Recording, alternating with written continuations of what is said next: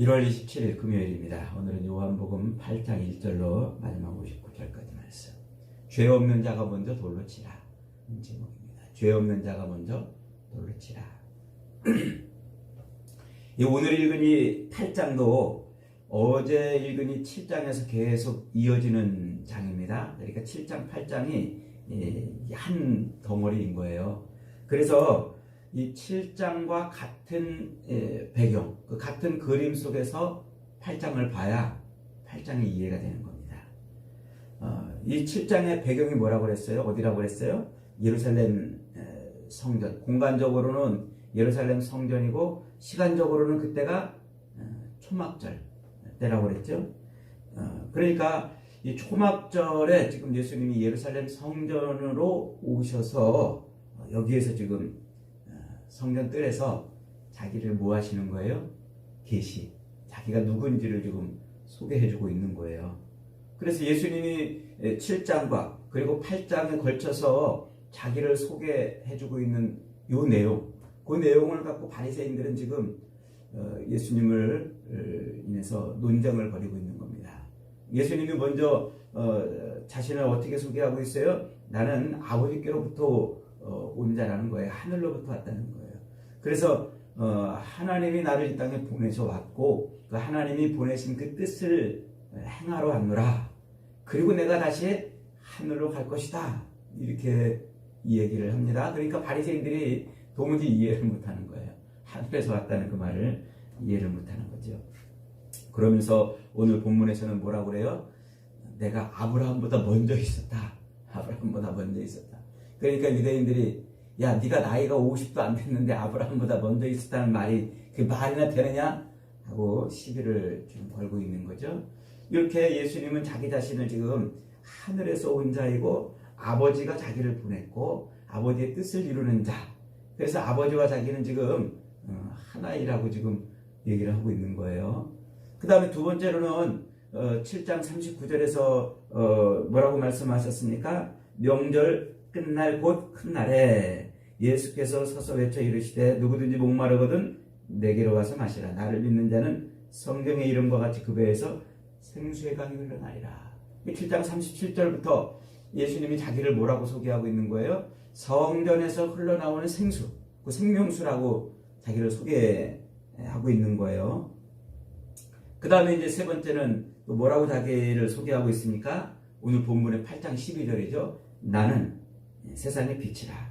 12절 봅니다. 예수께서 또 말씀하여 이르시되 나는 세상의 빛이니 나를 따르는 자는 어둠에 다니지 아니하고 생명의 빛을 얻으리라. 1장에서 빛에 대해서 소개를 했잖아요. 지금 다시 한번 예수님이 자기 자신을 세상의 빛이라 이렇게 소개를 하고 있는 거예요. 그러면서 또 나는 하늘로부터 왔고 다시 하늘로 돌아갈 것이다. 이 얘기를 하는 겁니다. 요 구조, 요 7장과 8장의 요 구조가 보여야 그래야 7장과 8장을 이해할 수가 있어요. 자, 다시 한번 정리해 본다면 이런 겁니다. 지금 예수님이 초막절에 예루살렘 성전에 오셔가지고 자기가 하나님의 뜻을 이루는 자라고 지금 소개하면서 내가 생명수다. 내가 세상의 빛이다. 라고 지금 외치고 있는 거예요. 그러니까 유대인들이 저걸 미쳤다고 그러고 귀신 들렸다고 그러면서 잡아 죽이고 싶어 해요. 그런데 잡아 죽이지 못하죠. 요 유대인들이 예수를 잡아 죽이지 못하는 이유가 내 때가 아직 이르지 않았다. 내 때가 아직 이르지 않았다. 요 말이 7장과 8장에 걸쳐서 세 번이나 반복이 되고 있어요. 그러니까 유대인들은 지금 예수님을 잡아 죽이고 싶었는데 아직 때가 되지 못해서 때가 되지 않아가지고 그들이 예수님을 죽이지 못했다고 지금 말하고 있는 거죠. 그러면서 요 7장과 8장 사이에 무슨 이야기가 하나 끼어들어 있어요? 가늠하다 현장에서 잡힌 여인 이야기. 그 가늠하다 현장에서 잡힌 여인 이야기가 요 7장과 8장을 연결해주는 아주 중요한 연결고리입니다. 그러니까 요 가늠하다 현장에서 잡힌 요 여인의 이야기에 양옆으로 지금 여러 가지 이야기가 소개되고 있는 거예요. 그러니까 이 가늠하다 현장에서 잡힌 이 여인의 모습을 지금 그 모습을 통해서 유대인들의 실상을 지금 고발하고 있는 거예요. 그들이 지금 어떤 사람들? 그들도 가늠하다가 현장에서 잡힌 존재들이라는 거예요. 그들도 가늠하다가 현장에서 잡힌. 그러니까 이제 자기들의 죄가 드러났잖아요. 그러니까 예수님을 돌로 쳐 죽이려고 하는 그 장면이 이제 맨 마지막, 오늘 8장의 맨 마지막 구절이 되는 거죠. 그렇게 본문이 마무리가 되는 거예요. 자, 오늘 본문의 배경이 되는 그 초막절에 대해서 어저께 잠깐 말씀을 드렸죠. 초막절은 추수하는 절기라고 그랬어요. 출애굽 이후에 광야 40년 동안 하나님이 이스라엘 백성들을 단 한 끼도 굶기지 않고 매일매일 풍성하게 먹이셨어요. 그래서 그 40년 광야 생활 동안에 배가 골치 않고 한 끼도 굶지 않고 살았던 그 은혜, 그 하나님의 은혜를 회상하며 감사하는 절기죠. 그 절기에는 세 가지 의식을 행한다고 그랬죠. 첫째는 들판에 나가서 초막을 치고 장막을 치고 7일 동안 보내는 거예요. 그 장막을 치고 7일 동안 보내면서 이제 곡식을 추수해서 수장하는 거죠. 그 다음에 이제 그 7일 동안 그렇게 장막을 치는 그 치며 생활하는 것은 무엇을 의미하냐면 광야 40년 동안에 하나님이 이스라엘 백성들 그 동서남북 사방으로 세 지파씩 그렇게 사방으로 진을 치고 있는 그 한가운데 하나님이 장막을 치셨잖아요.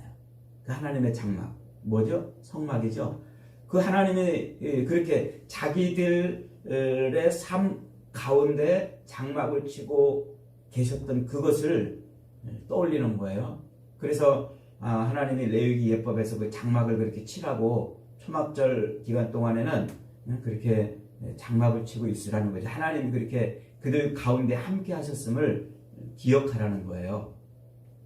그 다음에 두 번째 의식이 뭐였어요? 두 번째 의식은 이 실로암 물에서 물을 퍼다가 성전 제단에 붓습니다. 그러면 그 성전 제단으로부터 물이 쭉 이렇게 흘러나서 성전 문 쪽으로 쭉 흘러나오는 그런 의식을 이제 행하는 거죠.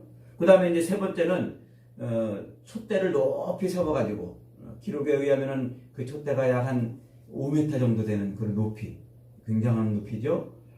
그 5m 정도 되는 높이의 촛대를 성전 마당 뜰에 2개를 세워요. 그 촛대는 이제 7가닥으로 이렇게 7가닥으로 쭉 있는 그 성전 성소 안에 있는 그 모양하고 똑같은 거예요. 그걸 키운 거죠. 그래서 7가닥으로 불이 올라오는 그 촛대 2개를 이제 켜놓는 의식을 행하는 거예요. 그래서 지금 성전에서부터 영광의 빛, 하나님의 영광의 빛이 비치는 그런 것을 행하는 절기, 그게 이제 초막절인 거죠. 그런데 지금 이 유대인들이 행하는 이 초막절 절기 중에 장막을 치는 절기는 레위기 예법의 23장에 기록이 되고 있어요. 레위기 23장에서 그 장막을 치라고 하나님이 초막절 절기를 지킬 때는 장막을 치라고, 초막을 치라고 규정하고 있는데, 성전 제단에 물을 붓는 것이나 또 성전 마당에 이 촛대를 세우는 요 두 가지 의식은 율법에 기록되어 있지 않아요. 그렇다면 뭐예요? 율법에도 없는데 지금 유대인들이 그 자기들이 지금 임의로 하고 있다는 거예요. 임의로. 초막절에 왜 이런 것을 임의로 합니까? 이렇게 이런 의식을, 초막절에 이런 의식을 임의로, 율법에도 없는데 율법대로 산다고 하는 그들이 율법에도 없는 짓을 행하는 이유는 뭡니까? 그들이 옛날에 하나님의 영광이 떠난 성전의 그 모습을 하나님의 영광이 임한 것처럼 바꿔놓기 때문에 그래요. 바꿔놓기 때문에. 이게 이제 무슨 말이냐면 BC 586년에 예루살렘 성전이 멸망하죠. 그 멸망하기 전에 하나님이 에스겔이나 혹은 예레미야를 통해서 성전에서 하나님의 영광이 떠났다고 이렇게 이제 선포하게 하여 하나님의 영광이 떠난 거예요. 그리고 이제 70년 뒤에 다시 바벨론에서 돌아와 이 유다 백성들이 열심히 힘을 다해서 성전을 하나 지어놔요. 그게 이제 수룹바벨 성전이죠. 그런데 그 수룹바벨 성전은 솔로몬 성전에 비해서 아주 보잘것없고 볼품없고 초라했어요. 그 모습을 보고 이제 백성들이 이제 낙담을 하고 이제 그랬겠죠. 그때 이제 하나님이 학개 선지자를 세워서 뭐라고 말씀하시냐면 학개서 2장 3절에 보면 너희 중에 남아있는 자 곧 이전 영광을 본 자가 누구냐. 지금 수룹바벨 성전이 세워지기 이전의 성전 솔로몬 성전의 영광을 본 자가 있느냐? 그러는 거예요. 그러면서 이제 이것이 너희에게 어떻게 보이느냐? 지금 그 솔로몬 성전과 비교할 때 수룹바벨 성전의 모습이 어떻게 보이냐 하는 거죠. 아주 형편없다는 거죠. 보잘것없고. 그러면서 그런데 학개 선지자가 7절부터 9절에 이렇게 말씀을 하세요. 또한 모든 나라를 진동시킬 것이며 모든 나라의 보배가 이르리니 내가 이 성전의 영광이 충만하게 하리라. 만군의 여호와의 말이니라. 이 성전의 나중 영광이 이전 영광보다 크리라. 만군의 여호와의 말이니라. 내가 이곳에 평강을 주리라. 만군의 여호와의 말이니라. 그러니까 수룹바벨 성전이 세워졌는데 이제 그 수룹바벨 성전이 세워지기 전에 하나님이 학개 선지자를 들어가지고 야 빨리 백성들로 하여금 성전을 짓게 해라 하고 외치도록 했잖아요. 그러면서 이제 이 학개 선지자가 그 세워질 성전 수룹바벨 성전이죠. 그 세워질 성전은 정말 눈으로 볼 때는 보잘것없고 형편없지만 그렇지만 하나님이 이전 솔로몬 성전의 영광보다 더 큰 영광을 그 성전에 너희들이 지을 그 성전에 하나님이 그렇게 영광을 부어주실 것이다. 이렇게 약속을 해요. 그게 학개 선지자의 약속이에요. 그래서 이제 열심히 그들이 이런저런 회방과 방해에도 불구하고 성전을 짓는 거예요. 그렇게 지어놓은 게 이제 수룹바벨 성전인 거예요. 그런데 수룹바벨 성전을 딱 지어놓고 보니까 하나님의 영광이 임해요? 안 임해요.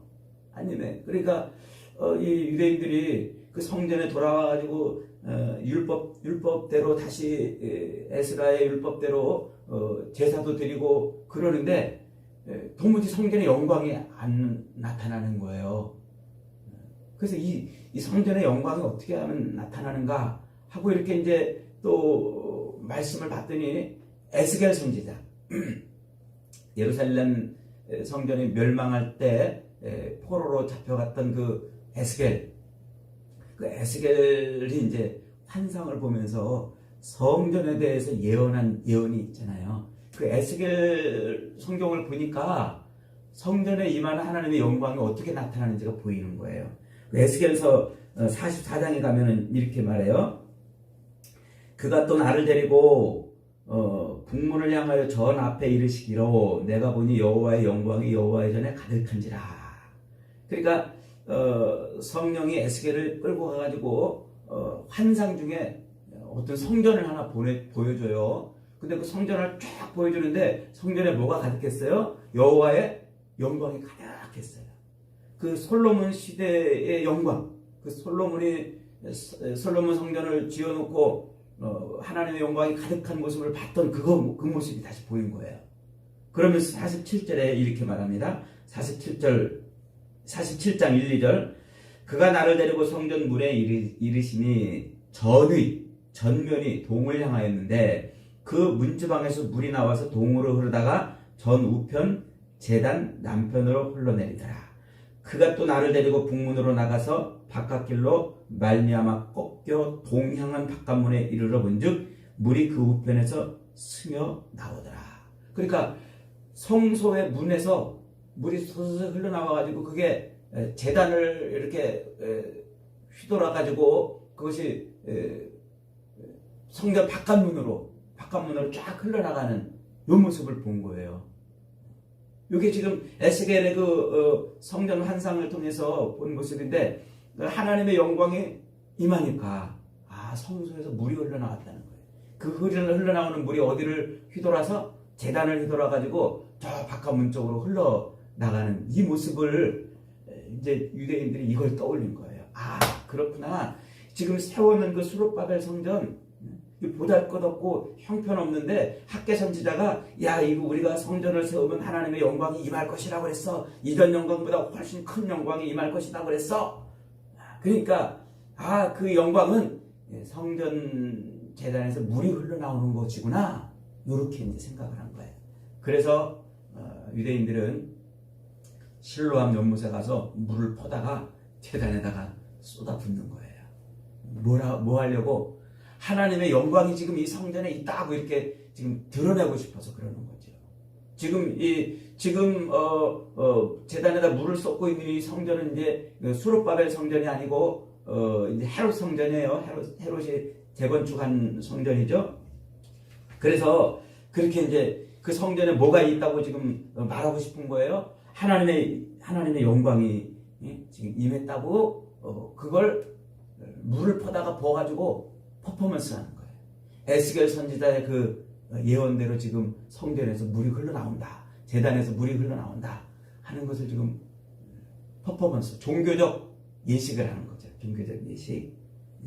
그렇게 이제 놓고 있는데, 그래가지고 7일 동안 열심히 물을 갖다가 제단에 부어가지고 그 물이 줄줄줄 흘러서 성전 바깥문 쪽으로 흘러나가도록 그렇게 종교적 퍼포먼스를 하고 있는 그 유대인들을 향해서 예수님이 지금 뭐라 그러는 거예요?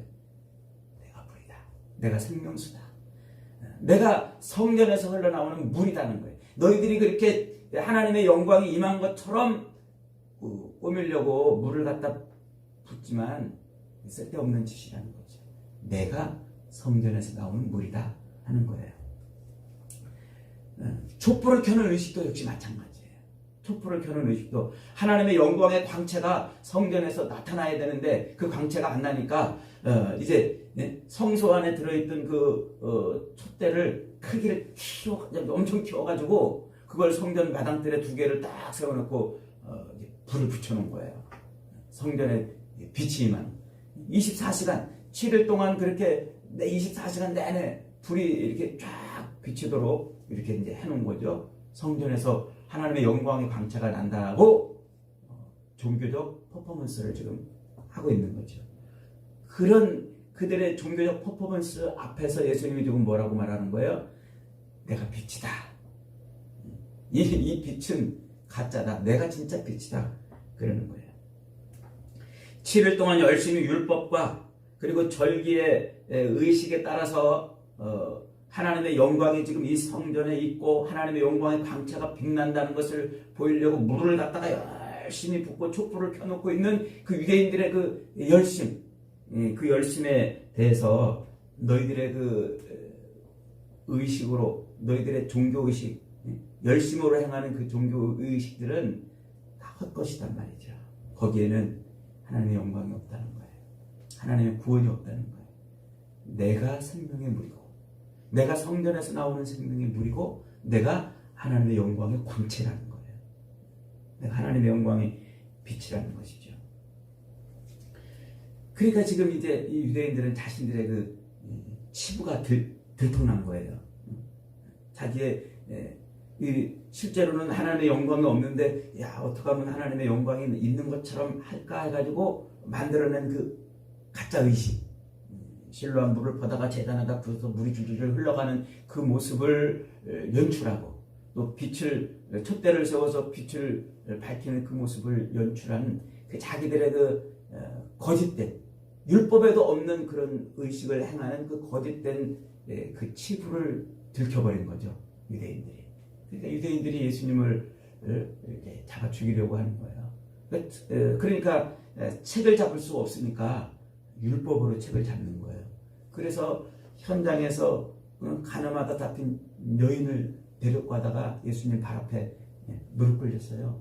그리고 저는 율법에 따르면 저 여자를 돌로 치라고 하는데 당신은 어떻게 하겠느냐고 예수님께 지금 묻고 있는 거죠. 사도 요한은 이것을 지금 이중적으로 쓰고 있는 거예요. 지금 유대인들이 뭐 하고 있다는 거예요? 그들이 지금 현장에서 예수님 앞에 가늠하다 붙잡힌 자들이라는 거예요.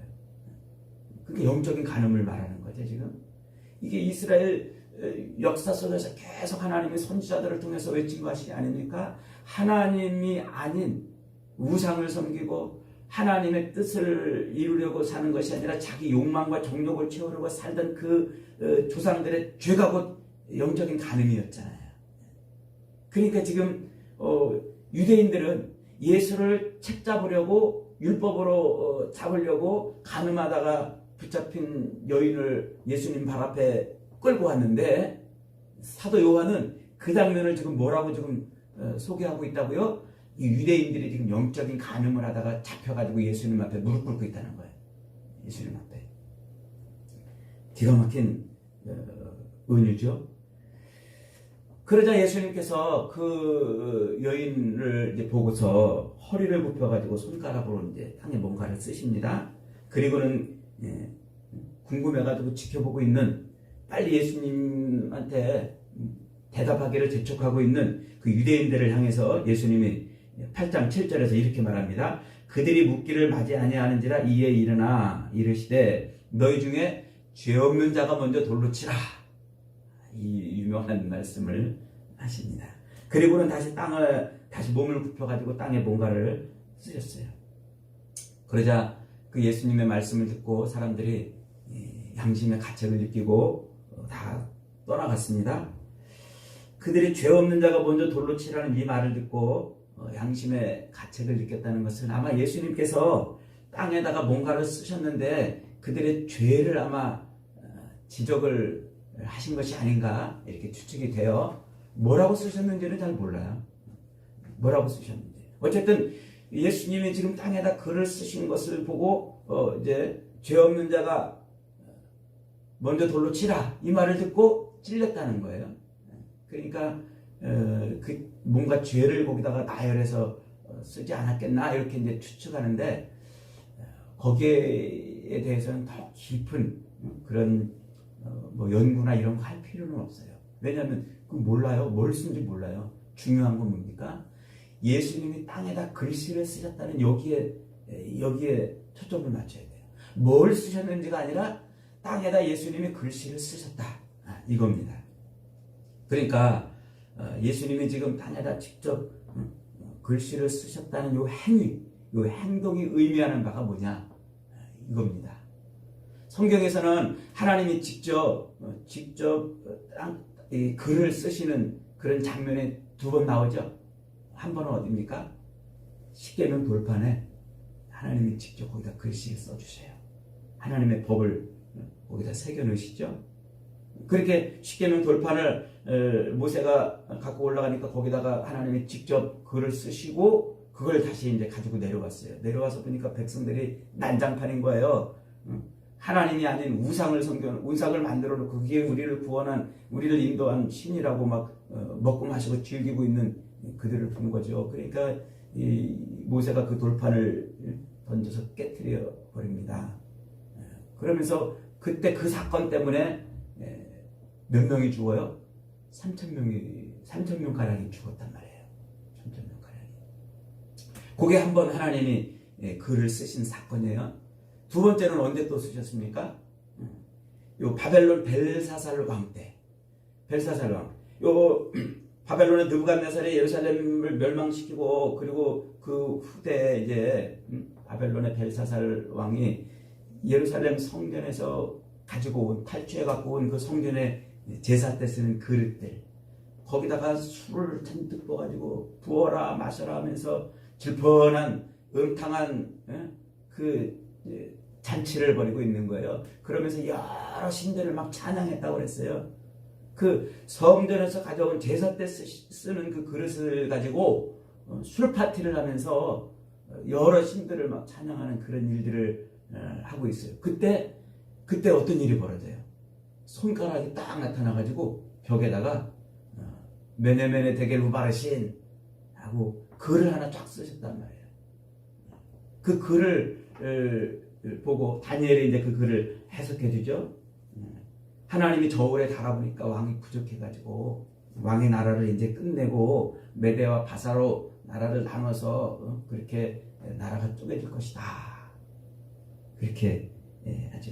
그 다니엘의 해석을 듣고 조금 있다가 벨사살이 죽어버려요. 그리고 바벨론은 역사 속으로 사라집니다. 그러니까 이게 지금 뭡니까? 십계명 돌판에 하나님이 직접 글을 쓰시고 그 이후에 3,000명이 죽는 이런 일이 벌어지죠. 벽에다가 하나님이 직접 글을 쓰시고 바벨론이 멸망하는 그런 일이 벌어지죠. 우상을 찬양하고 우상을 섬긴 그 일에 대한 심판인 거예요. 심판. 그러니까 예수님이 지금 직접 땅에다 이렇게 글을 쓰셨다는 것은 바로 지금 그것을 예고하고 있는 겁니다. 율법에 충실하고 율법대로 산다면 자부를 하고 있는 그 유대인들이 실상은 율법을 어기고서 그리고 뭐 하고 있는 거예요? 종교적 간음을 하고 있는 그런 모습에 대해서 지금 뭐 하는 거예요? 하나님의 심판이 임할 것이라고 지금 땅에 쓰고 있는 거예요. 그러니까 이 율법을 어긴 여인을 잡아다가 예수님 앞에 놓고 어떻게 할 것이냐고 따지는 그 유대인들에게 지금 예수님이 너희들 하나님의 심판이 너희들에게 임할 것이라고 예고하는 겁니다. 그래서 그 예루살렘 성전, 그 성전을 율법대로 한다고 하면서 사실은 까보니까 율법대로 안 하고 있었잖아요. 까보니까. 그 율법대로 안 하고 있는 그 유대인들, 자기들 욕망과 욕심을 채우려고 그 영적인 간음을 일삼으면서 마치 하나님을 열심으로 섬기고 있는 것처럼 하고 있는 그들의 그 모습을 뭐 하시겠다는 거예요? 하나님이 심판하시겠다고 글에 쓰시는 거란 말이에요. 그래서 그 예수님이 땅에 글을 쓰시는 것은 예루살렘 성전이 무너질 것이고 그 성전을 붙들고 종교적 간음을 일삼고 있는 그들을 하나님이 심판하실 것을 지금 예고하고 있는 거예요. 이 예고가 복음서에서는 마태복음 24장이나 다른 복음서에서는요 어떻게 이것을 표현하고 있어요? 돌 위에 돌 하나도 남지 않고 예루살렘 성전이 무너지리라 이렇게 나타났죠.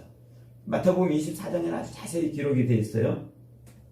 그 예언대로 AD 70년에 예루살렘 성전은 로마 장군 디도에 의해서 돌 위에 돌 하나도 남지 않고 무너져 내려버립니다. 그때 때마침 6월절 기간이었어요.